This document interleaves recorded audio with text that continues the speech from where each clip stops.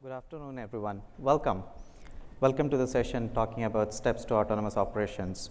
My name is Ajit Zadgaonkar, and this is a level 300 session. We will be talking advanced concepts. I'll be showing you code, but we'll probably not going deep into the code. And the session is most suited for people in operations and developers who regularly do debugging and trying to troubleshoot the problems. But if this is not what you're looking for, this may not be the best session for you. You won't offend me if you want to walk out.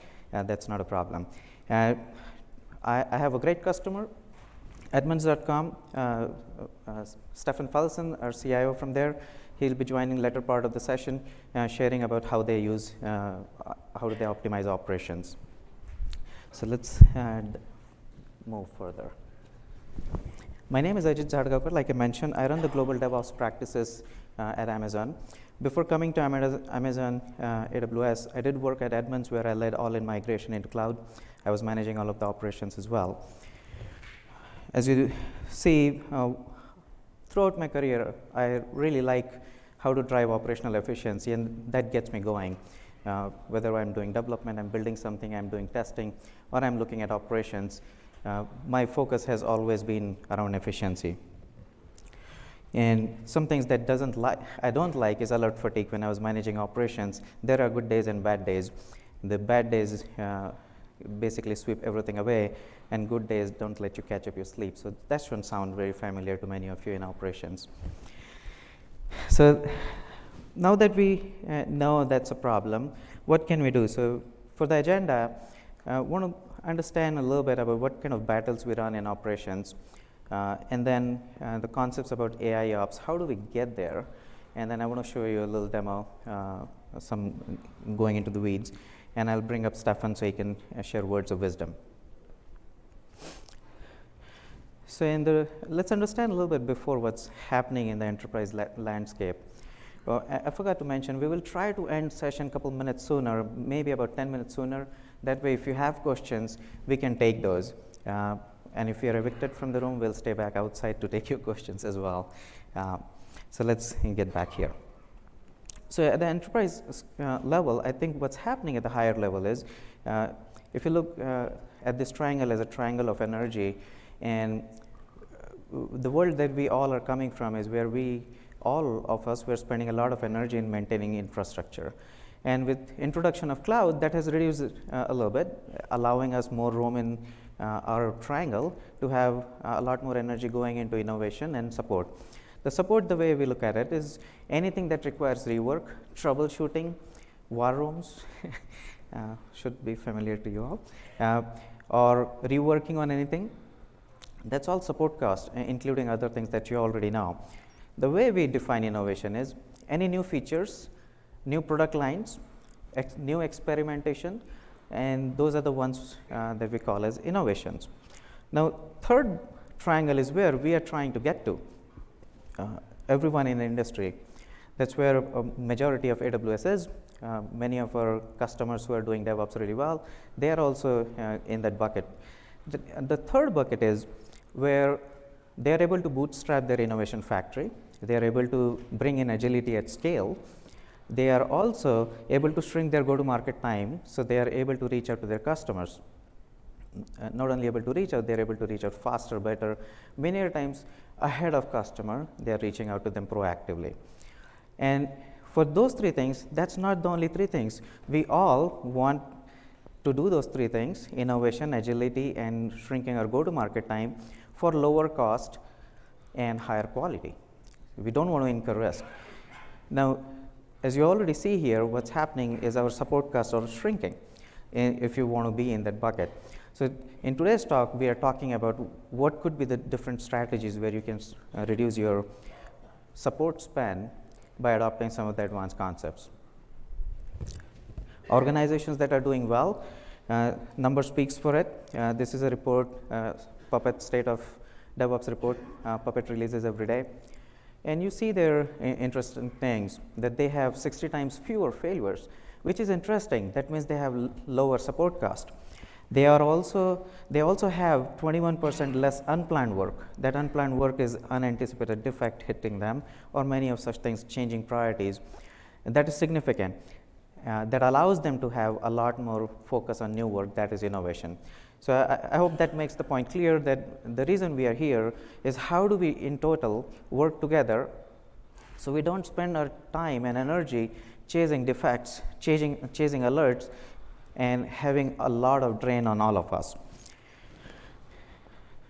And while that is happening in DevOps world, there are lots of talks going on, GitOps, ChatOps, AIOps, there are many ops that are happening. But overall, there is a perception that many people, when I go around the world and talk to executives and technology leaders, many of them think that we are actually landing into a NoOp zone. So to those naysayers, my answer is no, not really.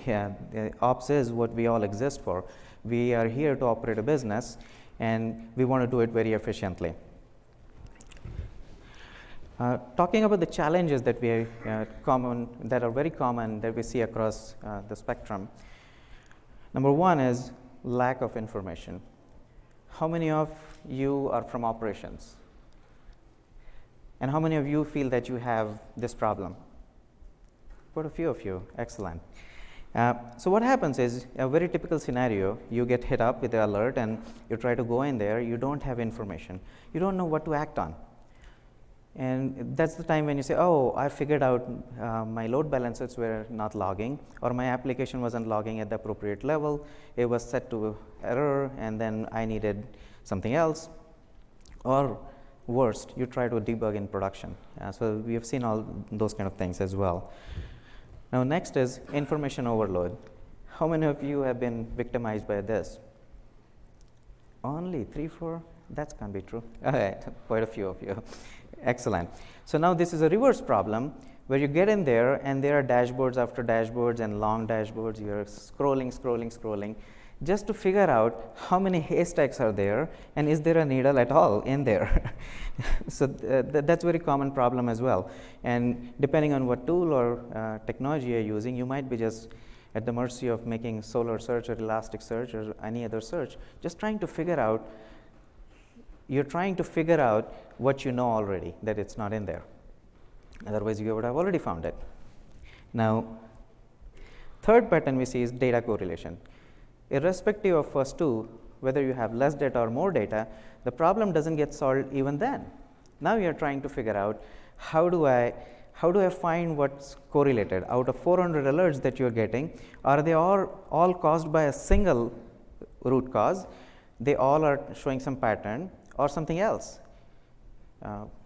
One of my dear friend, he doesn't like to say, but I always tell him, it's always in the network. But how do you know it's in the network, or it's in the application tier, or it's caused by something else? So data correlation is important, and by making those queries, that's what we try to find. Is there a correlation? If at all, it does. And then dynamic trends. By the time you find a trend or a correlation, was it 2 days old, or is it happening now? So those are common problems. At the end of the day, what we are trying to do is everything okay? Is it what you expected? Is it what is standard? Or there was something else that is going on? Are there external factors that's influencing it? But all of those together contributes a significant drain, whether you're in operations or whether you're in SRE team or you're part of the development team. The goal is to find the root cause and fix it. All of these keeps us at the bay for a long time. How many of you do war rooms? What's the longest war room have you ever been stuck at? A week? 2.5 months.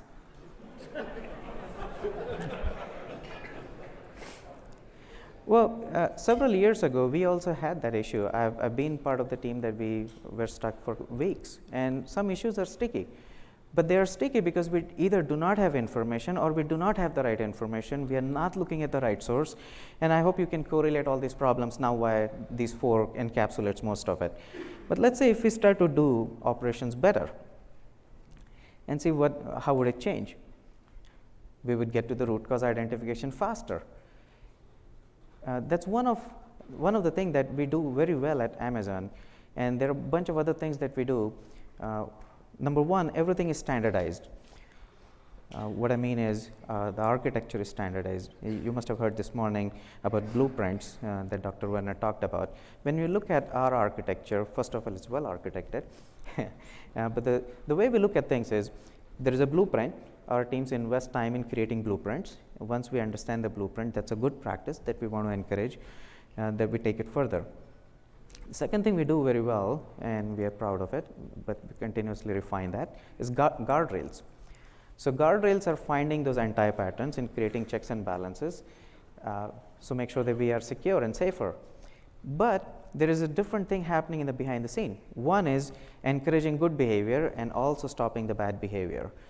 So the 4 problems that we see, we create our reference architecture blueprints and guardrails in a way that we have adequate information, and we tag them, we provide them necessarily, so the data that we get is comparatively better.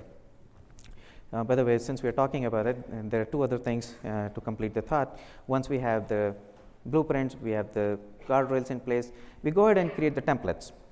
Now templates helps us take it down to every level, and then finally we want to gain the efficiency, so we create internally catalog. Now that tool is available, service catalog, so you can use it as well. But that's how we make sure that all projects, all products, all applications, all services have at least common baseline. Individual teams add more efficiency to them, but at least there's a guideline in place.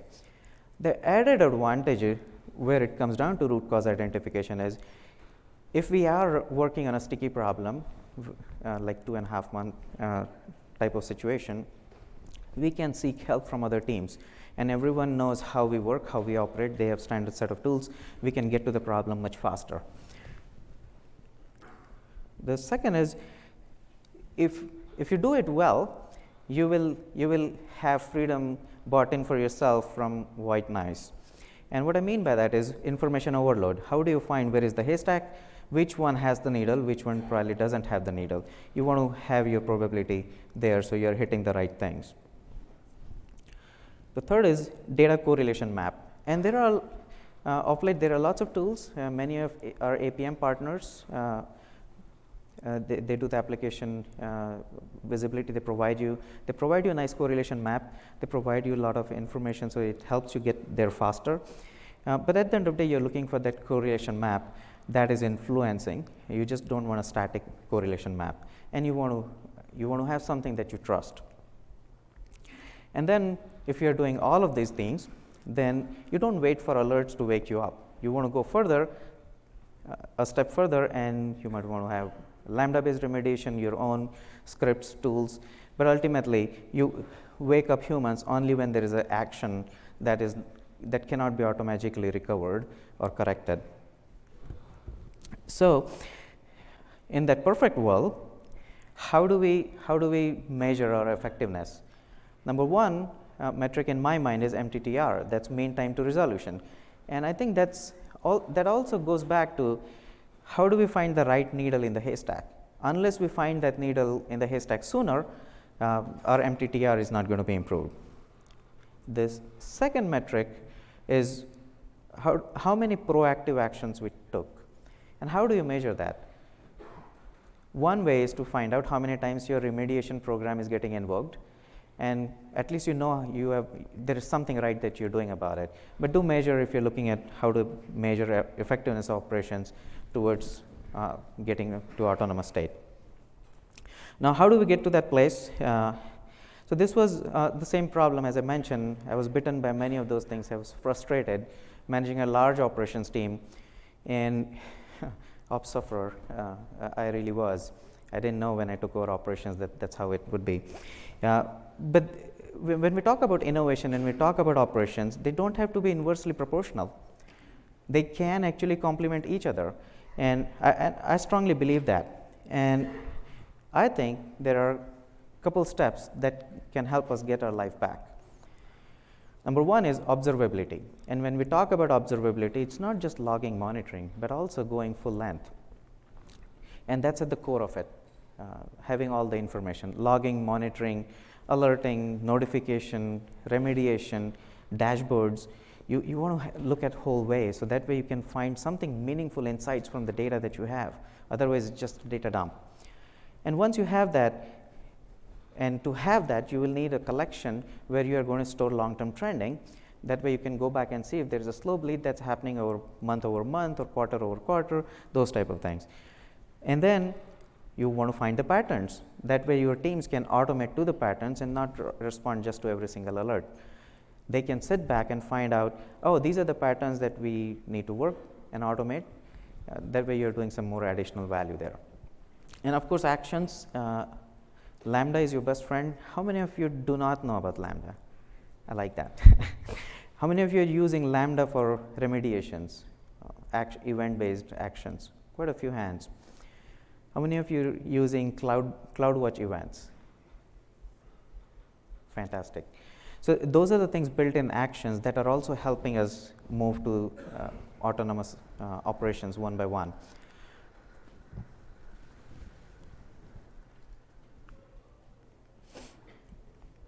Sorry, this stuck a little bit. Okay, so I want to talk about those 4 steps. How do we actually get our life back? The number 1 step is set up for observability. Now, when we talk about observability, there are lots of data that's coming in from all different places. So you have APIs and they're externalized, there are users coming in. You want to start tracking what they're asking for, what's your API payload is, request size, response time, response codes. There is just a whole lot of data that we all need. The second is events. There are all sorts of events happening. Instances going down, instances coming up, AutoScaling kicking in, AutoScaling going down. There are those type of things happening. Then underneath there is infrastructure. CloudTrail provides you that visibility where you can get a lot of infrastructure level logs. VPC logs are there that you can start sending. ALB logs, these are all infrastructure level logs. System logs you can start sending, but those make up the infrastructure log portion. The next is platform logs, and that's misnomer but important part. How many of you are doing CI/CD? How many of you log everything from there? Only a few hands. So in my mind, that's also an important part because it's the platform that's deploying into production. If you're doing canary deployments, the platform tells you which version got deployed, what time got it deployed, what percentage of traffic is going in. A lot of details nowadays are being driven by the orchestration platform. How much longer your builds are taking, so you can tail it back to the last change that happened. And all that together will give you a much better picture. Then, of course, the application logs, that's nothing new to any of you here. So you can send that as well. And then code level telemetry. How many of you are doing code level telemetry? Like how long your method calls are taking?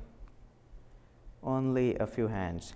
So code level telemetry is an important part, especially when we are in this distributed architecture. There are lots and lots of services. How do you know, because there's a cascading, one call calls another call and third call another call. How do you know if you're not really doing code level telemetry? There are lots of interesting tools out there. There are tracing APIs there. If you're a fan of StatsD, you can start sending those to CloudWatch or Grafana or whatever you're using, Graphite. But idea is you are instrumenting your code as well. So when things go wrong, you know where it is, if it is in the code. And then there are vendor metrics. So CloudWatch provides you a one-place stop where you can start sending all of the data. And if you're running your instances or application yourself, you can have a CloudWatch agent running in there. You can start sending all of the log at one place. So at least we can do a meaningful insights and we can do meaningful analytics on it. The second step is, how do you set up for delivery, collection, and storage? Now, when you're going to emit so much of log, it's very common to see upwards of several gigs of logs every day, or many larger enterprises, terabytes of chatter that's coming out of our infrastructure and applications, and it's very common. But you need a place where these are going to be delivered. You need a place where they are going to be collected, and you want to plan for long-term storage. So there are different tools available for those as well. Now, of course, CloudWatch, again, it provides you can keep log for a very long duration at CloudWatch as well. In CloudWatch, you can subscribe, you can relay your logs using, if you want to stream it, you can use Kinesis streaming. You can do real-time analytics using Kinesis streaming as well. There was another session yesterday. Those of you who are interested in real-time analytics, you should look for that. But when it comes to collection and storage, now you have a different choices. You can again store it in CloudWatch, but you can store it in your Hadoop cluster if you're doing EMR or you want to do much different type of analytics. CloudWatch does provide you a subscription, so all you have to do is enable the subscription, and you can have Firehose, Kinesis Firehose or Kinesis real-time analytics that can send the logs to S3 or any other destination that you had in mind. Many times you want, if you have a larger log volume, but you want to care, you care about last 48 hours or last 1 week, then maybe Elasticsearch is good enough based on the log volume that you're talking about. Or Redshift can serve that purpose as well. S3, of course, is a large, very famous product. I hope you all know about it. That is a very favored destination as well. Now, in all of those, there are different choices based on the different volume, different use case that you think, how long you want to retain, how long you, depending on the business type. But that should be nothing new here. If you think about almost every web shop, if you have a website, you are already doing clickstream analytics and you're collecting all of those logs anyways. This time we are going to do something different. We are going to collect those logs, but instead we are going to use those to drive our operations. So the concept is not new. Usage is comparatively different. So instead of discarding all the garbage, thinking that it's a garbage, I think we are making a mistake. We can actually draw meaningful insights from there. Now, third step, once you have that, you want a place where I can query and you can do patterns mining. And there are again, CloudWatch has different things. If you have been watching different announcements, CloudWatch Insights we launched recently, and I'm going to show you in the later part of the presentation how to use that. But there is Athena as well. If you have data stored on S3, you can just fire up Athena and you can go and search queries. You can search and query. Now, for advanced analytics, you can use Kinesis real-time analytics, or you can connect SageMaker. You will need to know the patterns. You will need to come up with models. I'm going to show you those. And number 4 is, once all of that is done, this is a no-brainer. You've figured out what is happening. Alerting, notification, remediation, CloudWatch has all of those. There are many tools out there with our partners as well that you can use. And these are the different ways you can do that. Lambda is my favorite. It connects everything. It's like a super glue for me. All right. Overall, this is how it looks like. When I put my mental blocks together, you have all inflow of data coming in. You are collecting and ingesting at a single place. And then you may have some known patterns that you want to do seasonality adjustment to it. An example, you are a web shop and there is a Super Bowl. You expected a huge surge. Then you know that's a seasonality adjustment. So something like that you can input known patterns. But overall, once that system is in place, you want to draw insights.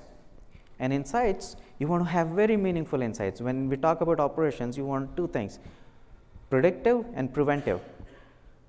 If you think deeply, these are the only 2 things we do in operations, keeping the lights on proactively or forcefully if something is going bad. So once we have those preventive and predictive insights available, you can take decisive response, or you can take purposeful action, or your teams, if you do it well, then you can sit back and say, oh, I am going to focus on patterns that went undetected. And instead of all those team members who are chasing alerts, now you have those gained energy. You are constantly now automating newfound patterns which were undetected. So that's basically a continuous cycle. We are repurposing our energy from chase to innovation in a different way to help our self-fund our own efficiency. So I'm going to show you, it's not a very detailed and deep, but as I mentioned, I'm happy to stay back and walk through in details. So first is, how did I set up observability? What I did is simply I deployed a pet clinic microservices app. It's up on the GitHub. You can deploy it. I deployed it on ECS, 3 EC2 instances, 9 containers. It has 1 ALB, a single VPC, multi-AZ, those EC2 instances running, and there is different endpoints. Basically, I wanted to show you the full stack is deployed. Then here are the repositories, ECR, that's where it is. So I know when something got written to ECR, you can get all that data. Next, I went and created a cluster, and it enabled auto-scaling. What CloudWatch does is phenomenal thing is built-in events. And how many of you are using CloudWatch events? Fantastic. Auto-scaling, a lot more of you. So those are built-in events that are already helping you, and there are many services that emit events. If you're not doing it connected, that should already simplify things for you. In this example, if a container dies, ECS task has an event, it will auto-correct itself, it will go and start one. Same thing for EC2 as well. But you want to know when that happened. The next is auto-scaling group. If something happens here, I'm doing logging for those as well. So built-in actions, we talked about it. I'll move a little bit quickly here. Then I went and enabled all the observability. So first was, move too fast. These are the different things that I wanted to enable. We talked about those. CloudWatch subscription, so I can send the data to S3 for long-term retention. The good news is, how many of you are excited about time stream? I am super excited about that. It's a time series database. And how many of you track Amazon, the other announcement? Talk about it. Which one is similar? Forecast. Why are you not excited? Operations. That's what all we do. Right? Okay. So anyway, these different things I enabled it. And here is a quick, if you don't know how to log VPC log flows, the last line I salted it a little bit, but you can send it to S3. Here is how you send the ALB logs to S3. You can actually send it directly. If all you need a Lambda that can send it to CloudWatch as well. That's what I did. I also enabled routing through the Lambda to the CloudWatch. In ECS, in applications, you want to know how to send those logs to CloudWatch. ECS does have AWS log. As you see there, log driver, AWS logs. You throw that in, configure your templates, you start throwing that log into CloudWatch. All right. Then here is how you do the subscription on the last part. In this case, I did the Kinesis subscription. Now let's see the good part. Advanced analytics. So now we want to see two things. We want to see our dashboard. How many of you are fond of dashboards? Several of you. Excellent. I am not as much. Who looks at dashboards anymore? You want to know what is the actionable item. At least I don't. The second is, how do we do the real-time analytics? So here's my beautiful dashboard. Very hard to figure out what do I do out of it. It looks beautiful. It makes me look smarter, some people said. But it doesn't help. I want to have even more meaningful, and draw me to this if something I need to figure it out. Most of the time, don't even pull me here. Action should be automated. So let's see the next thing. So CloudWatch Insights was recently launched 2 days ago. I want to walk you through what you can do with it. So if you go to CloudWatch, as you see Insights, that's what you will see. All logs are going in there, so you can figure out which log you want to query. Just drop down, select it. Once you have it, there are some sample queries in there, or you can form your own queries. So there are some built-in queries that can help you a little bit if you're dealing with a smaller problem. Or you can write your own query. You can group by, you can find what to look at, count. There are some standard queries are supported. The next thing you can do is, similar, you can see the trend. You can include, you can do absolute or relative time. That will all help you find and get closer to what we're trying to get to. And here you can do bin, and you can bin package, and you can also see at the visualization. So that can also show you overall. I think these are more meaningful dashboards. Once you know what the queries are, you can actually you can save them.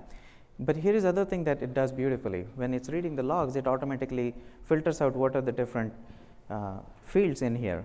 And not only that, you can use them as a query with the dot. It will suggest what to use. That will get you even closer to finding what's happening. And those, if it's not detecting, you can expand the event, and it will show you all more details in there. And there are multiple commands supported.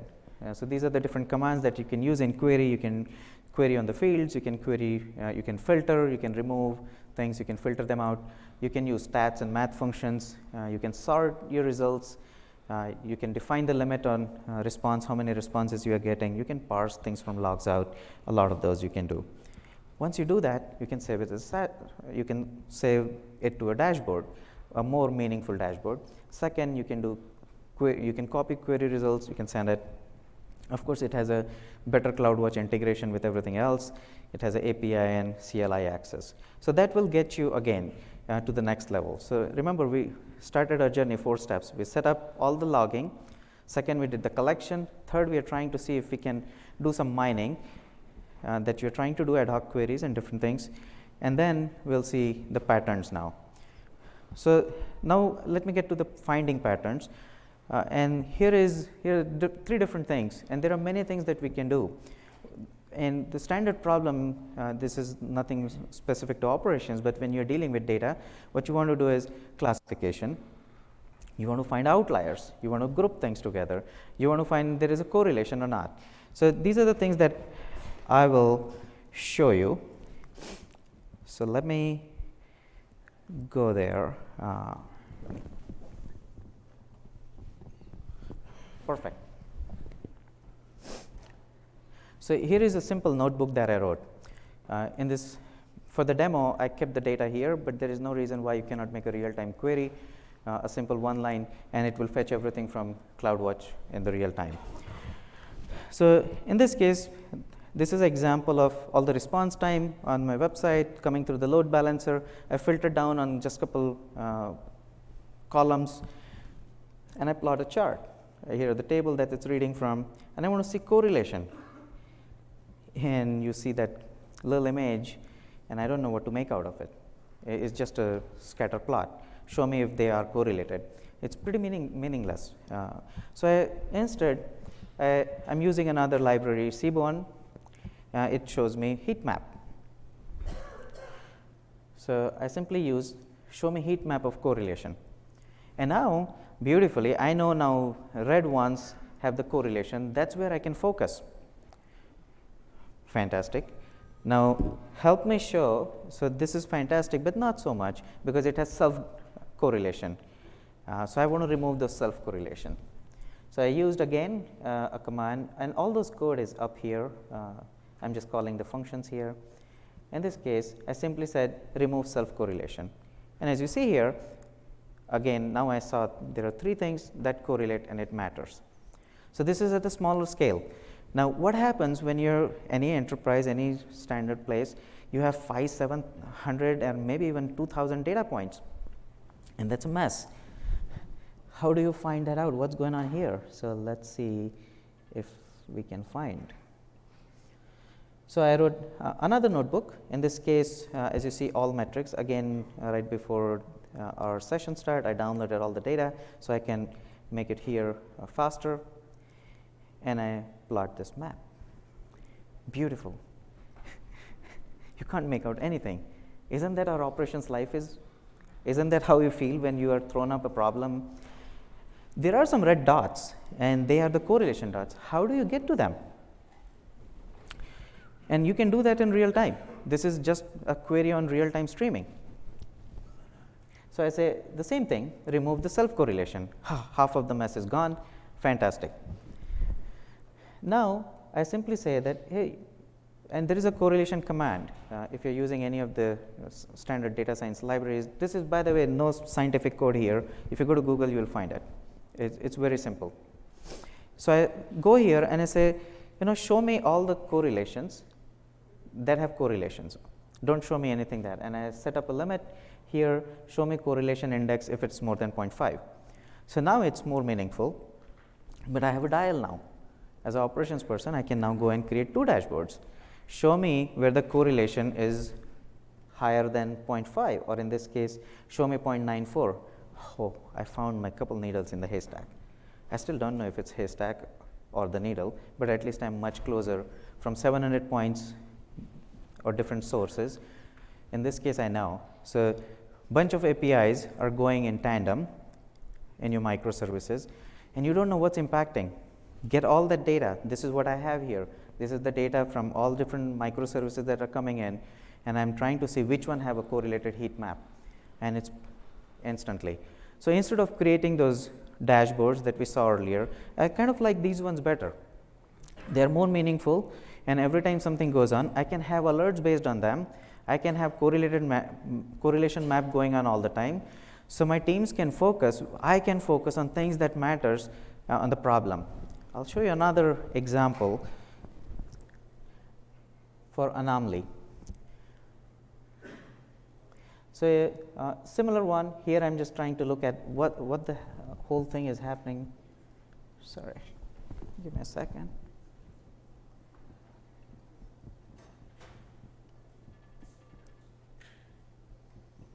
Here.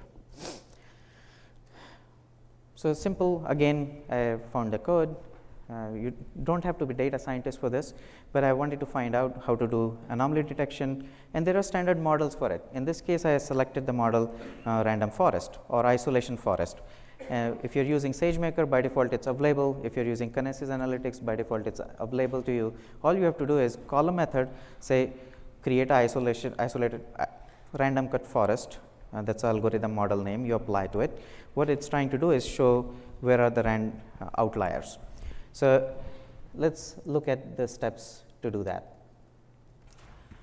So this is a simple plot of overall how it looks like. This is just a single one-dimensional, but again, how do I determine what's my baseline? How much is anomaly? Where is the anomaly? I can go by average, I can create a baseline, but let's see what it would do. But I applied a model, and I said, let's see what's going on here. What it did, it created anomaly score for each of them. That's how I call it. It's a reverse image, mirror image of the previous. Looks pretty good. That means it worked. At least it's showing up. Now I say, show me all the anomalies. 154. So if you were going by a static baseline or averages, these many times alert would have hit you. And that's again a problem, very common that we face. But instead, I want to see, can we do something different? So there is another concept called shingling. And again, you don't have to know very detail about those. Those of you who are already thinking that I'm a machine scientist, no, thank you, I appreciate that, but no, I'm not. But let's go back here and see what it is. So I use shingling, and I say, shingling is basically I'm tell me the most ones that are important, and they're at the higher side of it. So it drops it down, and it shows me 25 things that matters. And that's how you can do the real-time dashboards. And now instead of having those 155 alerts, I can actually focus on these ones, and I can scale the dial in, dial out based on the nature of ones. And all of these you can do it real time. Again, if your operations, your development or SRE, you don't need any machine learning. All you need is one call. And if you go onto Amazon blogs, AWS blogs, there is a blog about it. If you search for anomaly detection, random cut forest, you will find this exact code in there with different data set. So those were the things that I wanted to show you. So let me bring you back to here.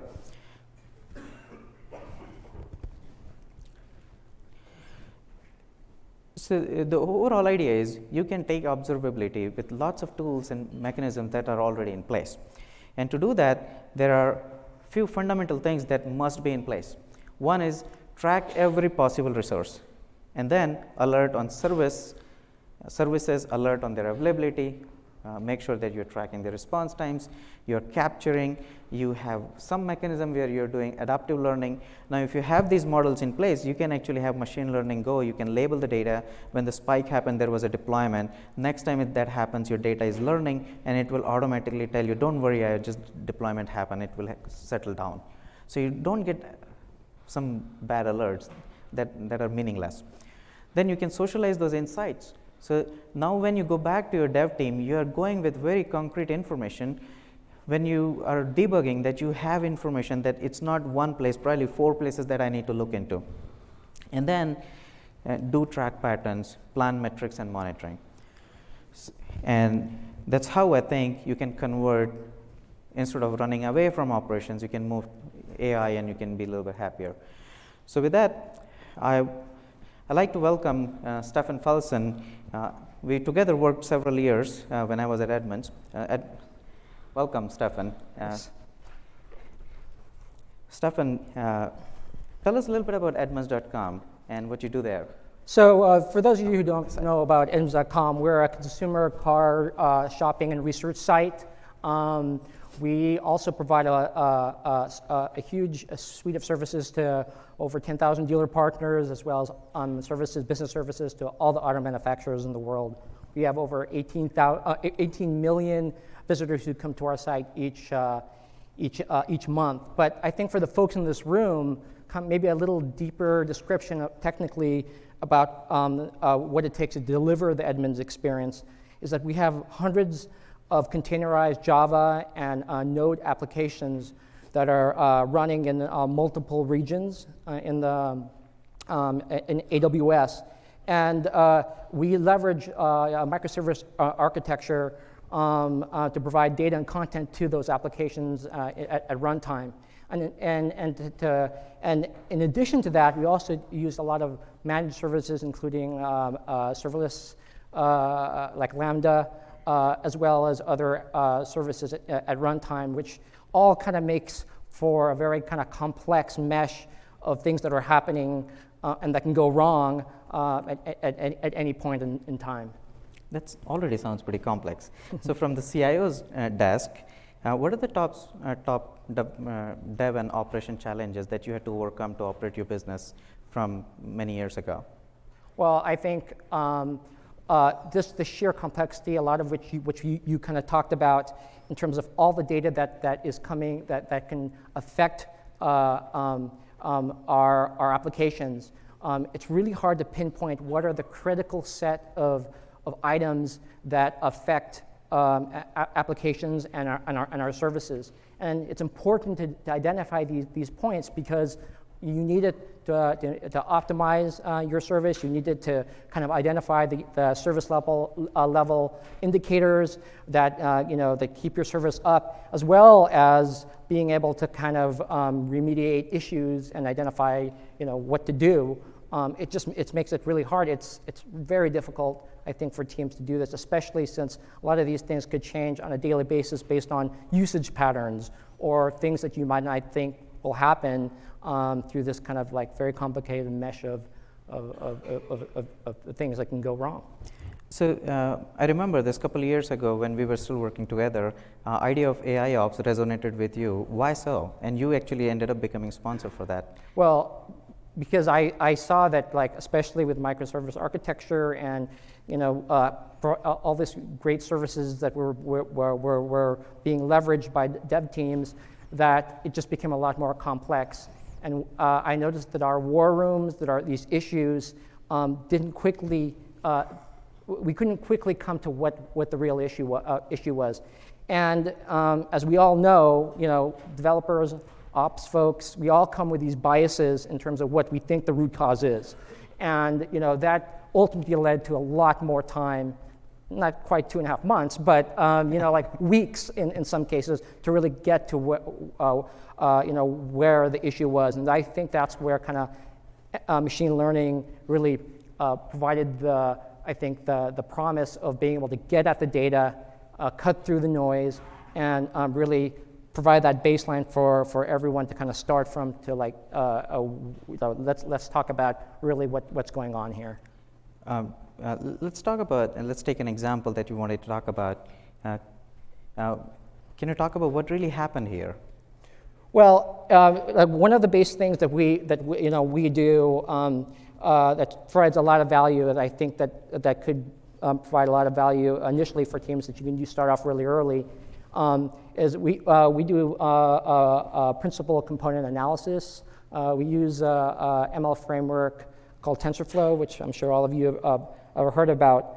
I think a really kind of simple but illustrative use case is when like applications are all of a sudden, suddenly overnight, you have a set of services or a service that actually is just falling down. We typically see it where maybe you'll have degraded response times. Ultimately, maybe the service is crashing and then you have no availability. And in these cases, using PCA, principal component analysis, is really helpful because it helps kind of get at what the actual issues were. In one case that I can think of, we were able to do that, determine what were the key components that were involved in it, a lot of what Ajit showed earlier, and then forecast when the application was going to fall down. In the one case I'm thinking of, the model that was created, when you looked into it, determined that it was a GC collection time, garbage collection time, the duration of that, that we were able to kind of determine that, or the model really determined that at the 3-minute mark, the GC collection time was the time basically for us to take action before the application or the service actually crashed. Our existing health auto-healing system, which used your traditional health checks, didn't work in this case because what was happening is that that system couldn't keep up with the level of traffic that was coming in, and we ultimately were getting a lot of issues from a service point, and so the model was able to be quickly tied into our automation. So whenever it predicted that, hey, the application is going to fail, then it actually killed the container and created a new one, therefore giving teams time to figure out what the real issue was and remediate it. And literally overnight, no more alerts, and the service was fine. And like I said, it gave us the time to kind of delve into fixing what the real issue was. So you mentioned you get about 18 million unique visitors a month. That's a lot of traffic on website on a daily basis. How do you, we were talking about it, and you mentioned that there are other things that you do that filters out organic traffic, non-organic traffic. You try to do classification based on that and some intelligent things there. Is that all real time that you do? I think the opportunity for bringing ML AI to kind of all our lives, for us, for our business, it's things like using contextual anomaly detection to be able to identify bot traffic that has a lot of not just business but also maybe operational impact, especially if they're hitting your site really hard. I actually think that these things can be brought to bear to create much more accurate forecasting of costs based on what's actually happening, which is really great. I actually even think that even though you really hate dashboards, doing image classification on kind of this Uber dashboard could actually provide ways for you to actually kind of detect certain types of issues that maybe traditionally people in NOCs would have to do. So there's a lot of potential that we're looking forward and exploiting using ML that goes beyond what we're already doing today. The other thing that comes always in operations is forecasting, what I/O we are going to need and others. So before I show up the notebook on that, do you want to talk about how you use forecasting for doing your business through AIOps? Well, kind of mentioned it earlier when we did the PCA analysis to determine what those actual important items were. What we quickly were able to do is just then use those. Now we had all the noise out. Those were the signals. We then kind of use those signals to be able to forecast out when there was going to be an issue and to take action. So the good news is we have now forecast service, but if you are looking for something quick and dirty, I wanted to show you this notebook, very just simple commands, and I say forecast, and this is how it looks like. The raw data, I just put it into model on a log scale, and then finally I say show me the forecast, and that's how it looks like. You can find out which band it's going to be. You can use it for different things, for your budgeting, how much EC2 resource you're going to need, I/O you're going to need, but at least you can do a lot of things like those. So coming back to our presentation. Sorry. Thank you, Stefan, for coming here and sharing with us. Before we will conclude our session, we have about 10 minutes, as I promised, left. We'll stay back here beside the stage. Feel free to ask us questions, but if you decide to go, these are some related sessions that may benefit you. And thank you so much. But before you walk out, please provide feedback. Thank you so much. We'll stay back here. We do have mics set up here. If you want to walk up to mic and ask questions, we'll take it.